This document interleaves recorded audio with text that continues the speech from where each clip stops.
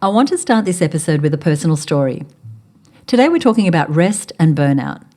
And a number of years ago, when I was working on a different business, I had an events company for 13 years, I was flying high. We were experiencing our best years ever, the most profit we'd ever seen, 8-figure years. We had 45 staff members across Australia, New Zealand, and in the US. And on the outside, I was thriving.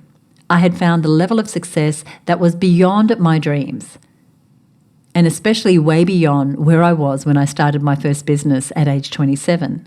Now, to the person looking in, I had found success. But if you peeled back those outside layers, you'd have witnessed a completely different story. I was working across multiple time zones. I was pulling incredibly long hours. I was barely sleeping. I was eating anything and everything just to stay fueled. I did not have a healthy social life. I wasn't prioritizing my own health and well-being, and I reached a point where I was well beyond burnout. And one day, I can still see it so clearly, I was on a call with my then marketing assistant. We were in the middle of a meeting, and all of a sudden, I just keeled over to the left and ended up on the floor next to my desk. I began to throw up. My vision started to go blurry. It was like my body was literally telling me that I needed to do something different, that I needed to rest, that I needed to clean up my act. My body physically couldn't take it anymore. And it was like a wake-up call. Frankly, it was the wake-up call I really needed to change how I was living my life. And even though I was the most successful I had ever been in my business and financially, even though the business was thriving, even though the outside looked great, I was the definition of a business owner who had made it on the outside. And I'm so thankful I listened to my body. I realized that I did needed rest, deep rest. And I don't mean just that I needed to sleep. I needed to rest my body, yes, but I also need to rest my mind, my soul, my emotions, pretty much everything. And so I did. Not long after that, I moved back to Australia. I stopped doing these insanely long hours. I found a gym. I cleaned up my act all over. And I found interests outside of the business. I also carved out more time for me. And since that time, I've discovered that I'm much more multifaceted than I once thought. I love my business, yes. But I love to hike. I love to run. I love to go to restaurants with friends. I love to discover new places to eat. I love to see the world. I love getting out of the weeds in my business and thinking big and being strategic. I love helping other women achieve their business dreams. So as you listen to this episode, I want you to remember that you too are multifaceted. We're going to be talking about the importance of rest in business, and I want you to be thinking about how you can prioritize the other parts of you, not just the business owner part, while you continue to grow your business.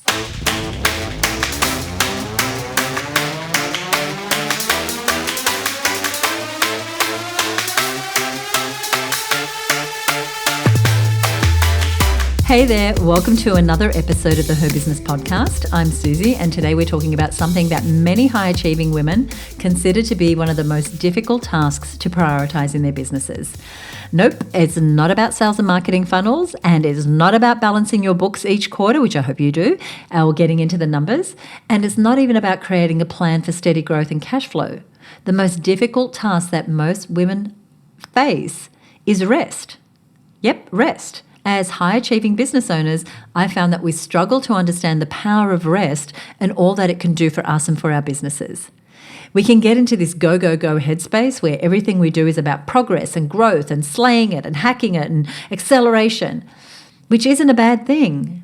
We all want progress in our business, but sometimes we can get going at a speed that just is not sustainable. We're flying down the freeway and we can't take in the sights around us. We're not even noticing what's happening on our journey.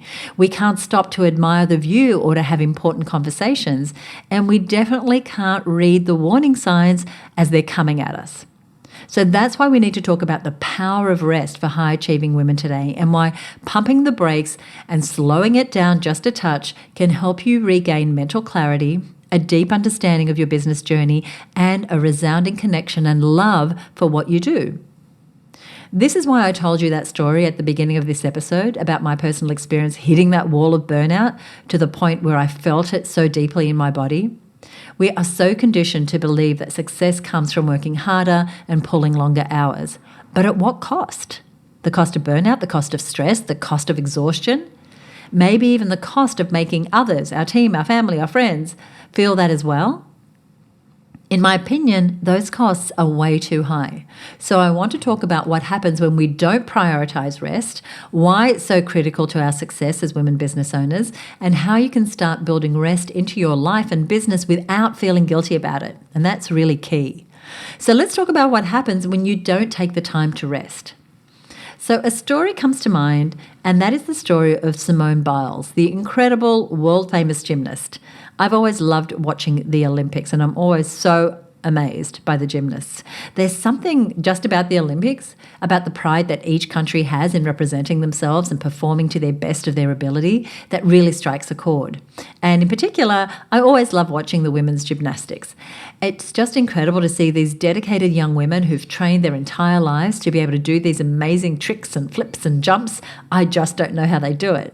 So I remember when the news broke in 2021 that Simone Biles, perhaps the most decorated and talented athlete of her time, she decided to step down from participating in the team competition.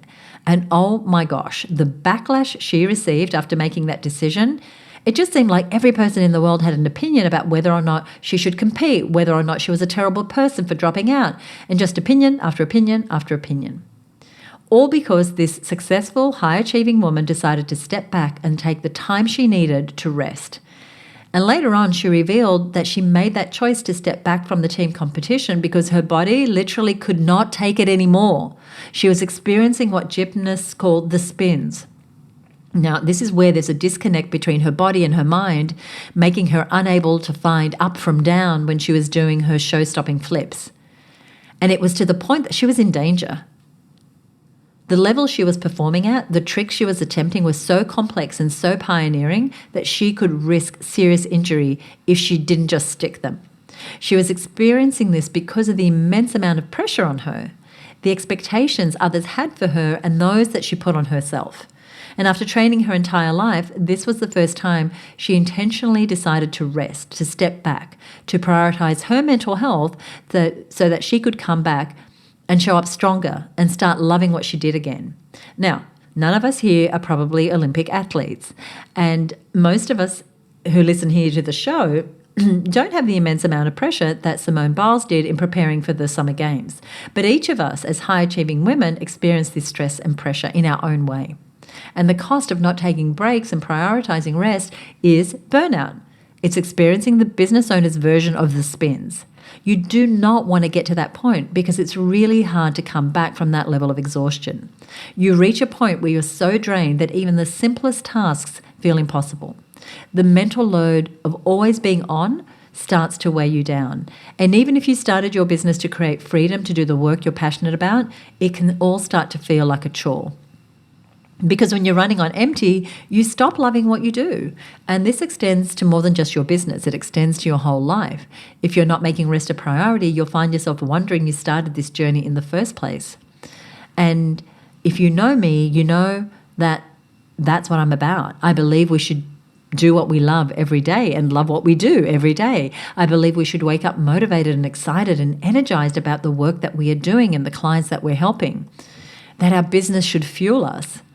I love providing women business owners with the tools that let them do that by guiding them and providing them with the structures they need to make business easier. And I want to highlight just a couple of stories of members from inside the Her Business Network who felt that burnout, that exhaustion. These women were having the business version of the gymnast spins. And the first is our lovely member, Leanne Faulkner. She has been incredibly open with her story. And her story is very similar to the one I shared earlier in this episode. She was struggling to achieve her growth goals and felt that she had no control to turn things around. And as a result, she was completely exhausted. She didn't find joy in what she did anymore, and she decided to completely pivot.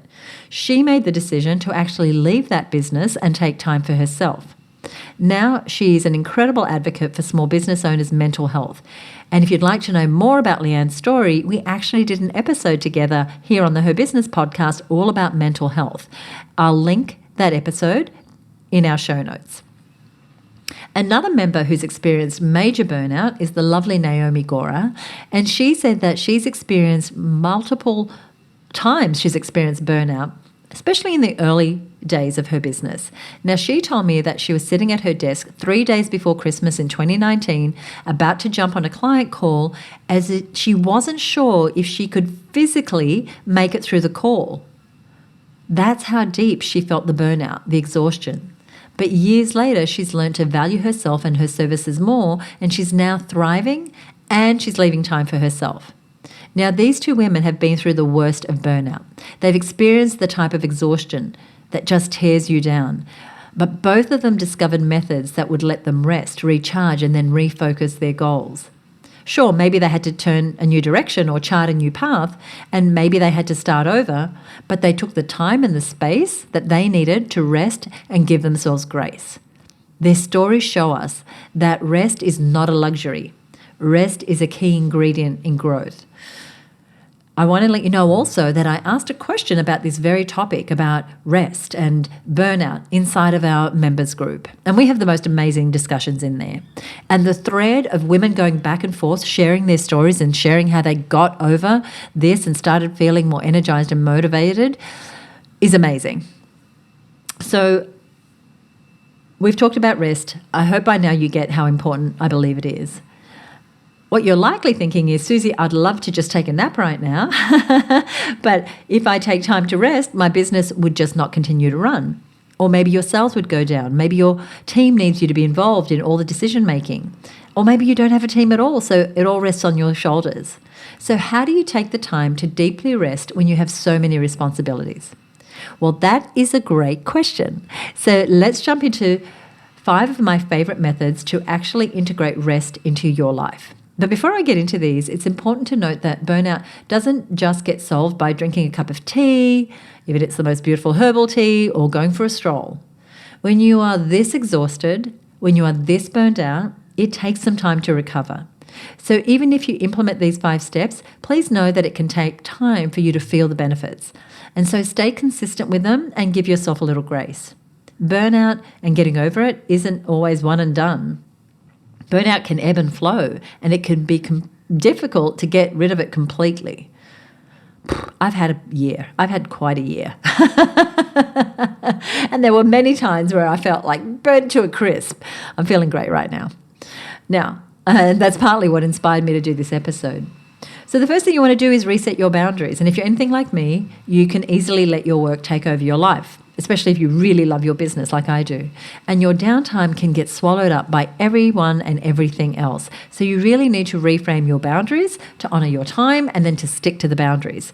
And setting boundaries is not about being rigid. It's really more about the intention you have of how you want to spend your energy.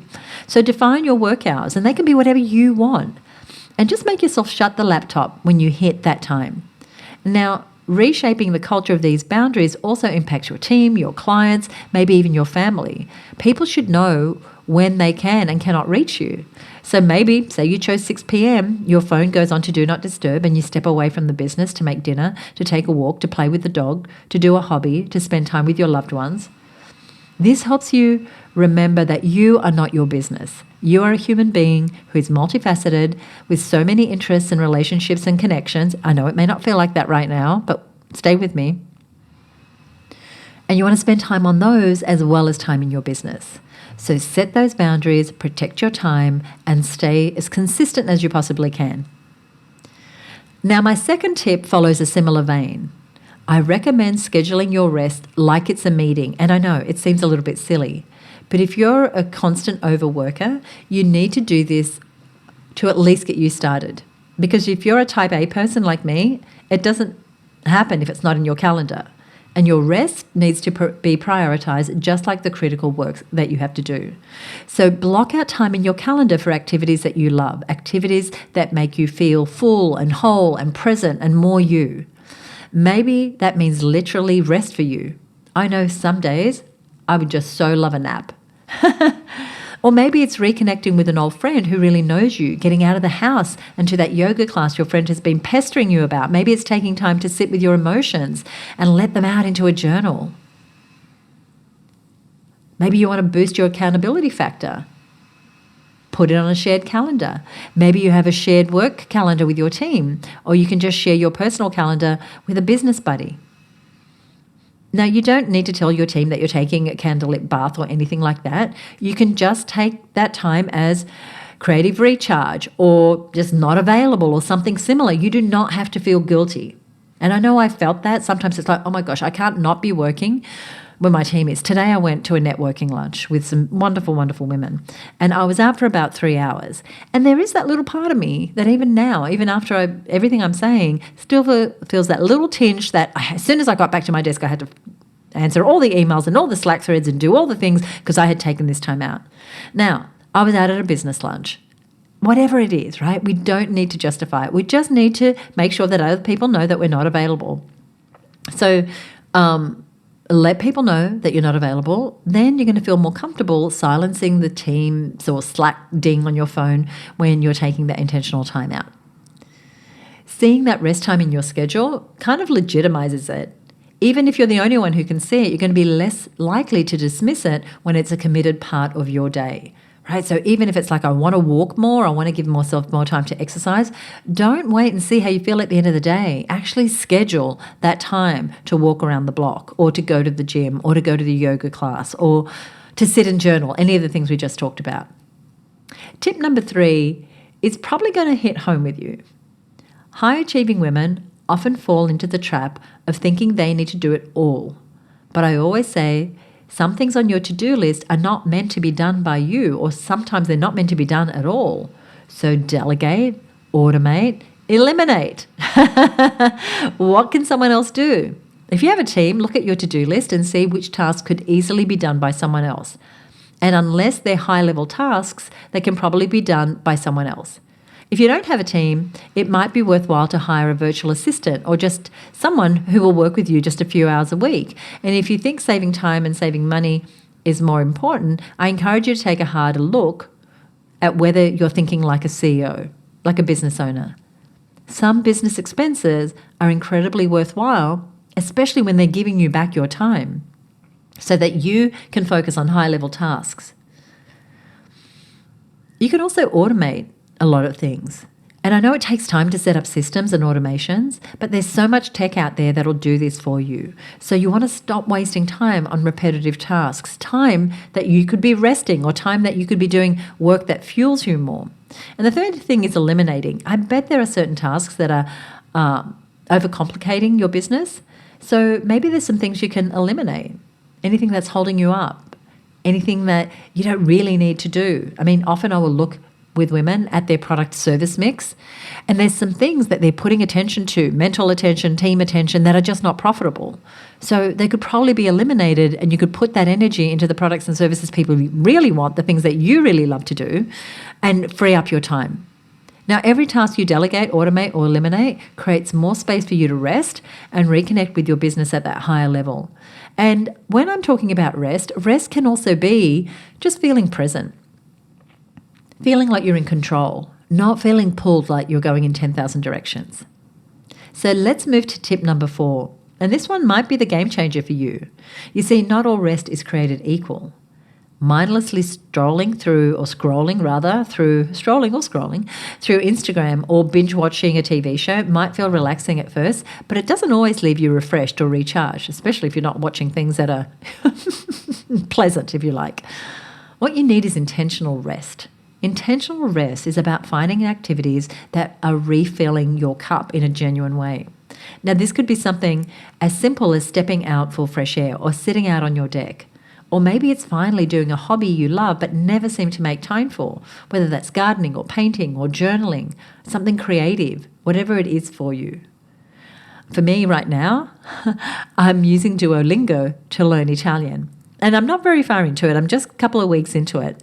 But before the end of every day, I sit there, whether I'm in bed or on the couch, and I do just a little bit, enough to keep my streak going right now. And I'm on about, 21 days or something so far. So it's very early days. But just that little bit of doing that thing for me, it's fun. I'm making progress. It's gamified. It's giving me a little bit of a buzz as I learn some new words. So find what that thing is for you. Maybe it's playing the guitar. Maybe it's going to dance class, right? If you need to get yourself out. Maybe it is learning a new language. But those sorts of activities get you out of your work brain and can be the rejuvenation that you need. So for me, intentional rest also looks like getting outside. So walking along a stunning trail, getting my blood pumping, just me, maybe my dog, maybe my partner.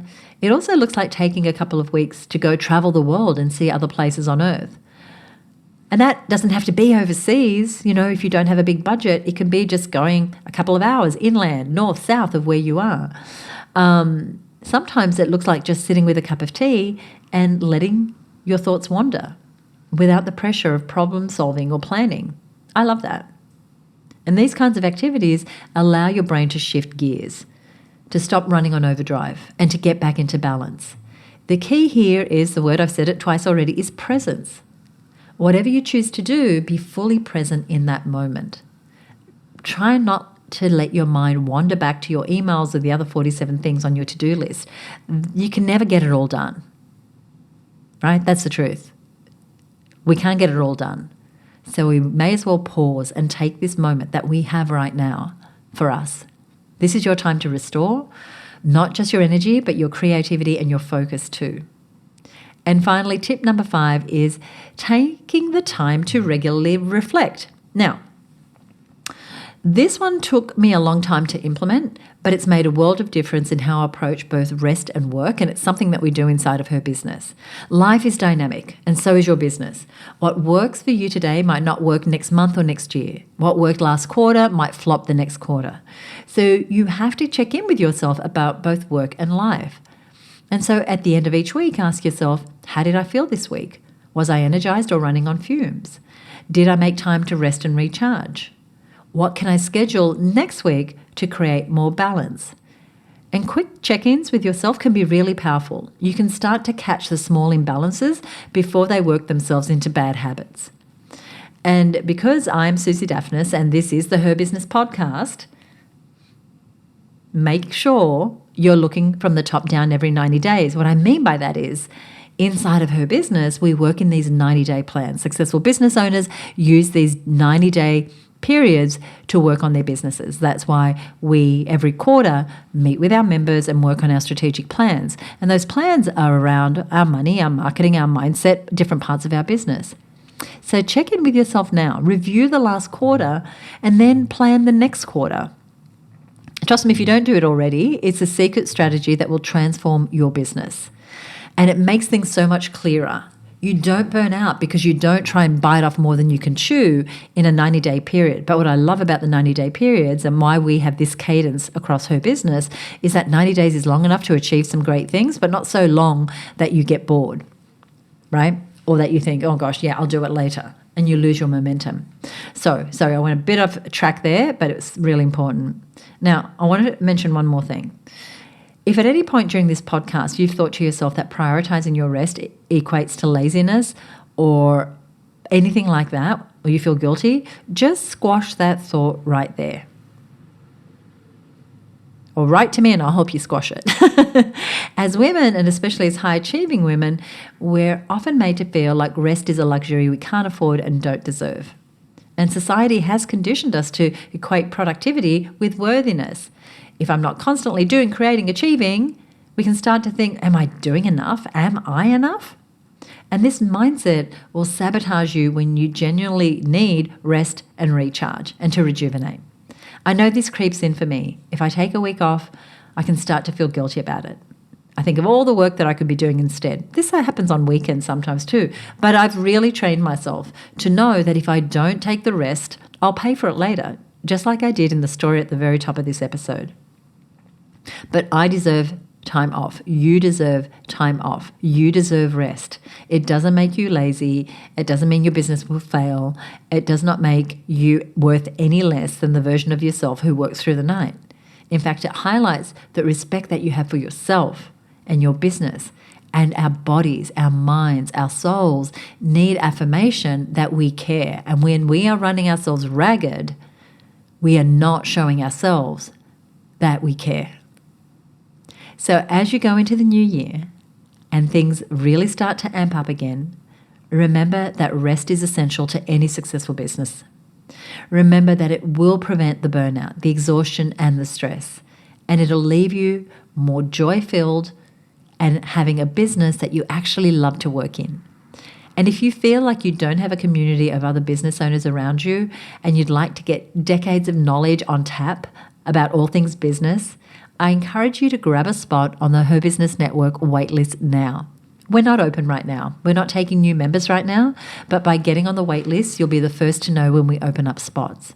We have an incredible community of women business owners in Australia, New Zealand, and all around the globe.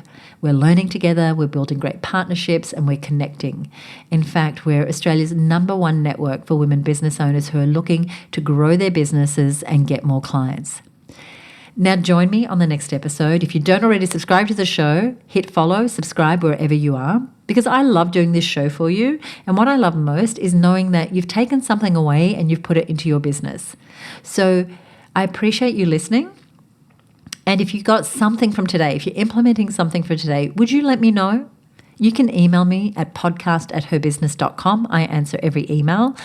I love it when I get a comment from you, whether that is writing to me or whether you head on over to Apple Podcasts and you leave us a rating or a review. I absolutely love that. It makes my day, my week, my month when we get great reviews for the show.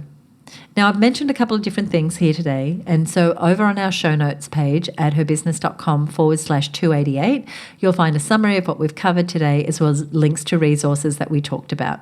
And as I said, if you enjoyed this episode, share it with a friend. If you can see a friend who's going totally downhill, who's burning herself out, then share this episode with her. And as this is our last episode for this year, I want to wish you the very, very best for an incredible 2025. I would love to support you, and my team would love to support you to expand into whatever the potential is for your business that's sitting right there untapped. I hope you get some incredible rest and some rejuvenation over this time of year, and I will see you in the new year. As I said, if you're new to the show, hit follow or subscribe, and join me next time right here on the Her Business Podcast. Bye for now.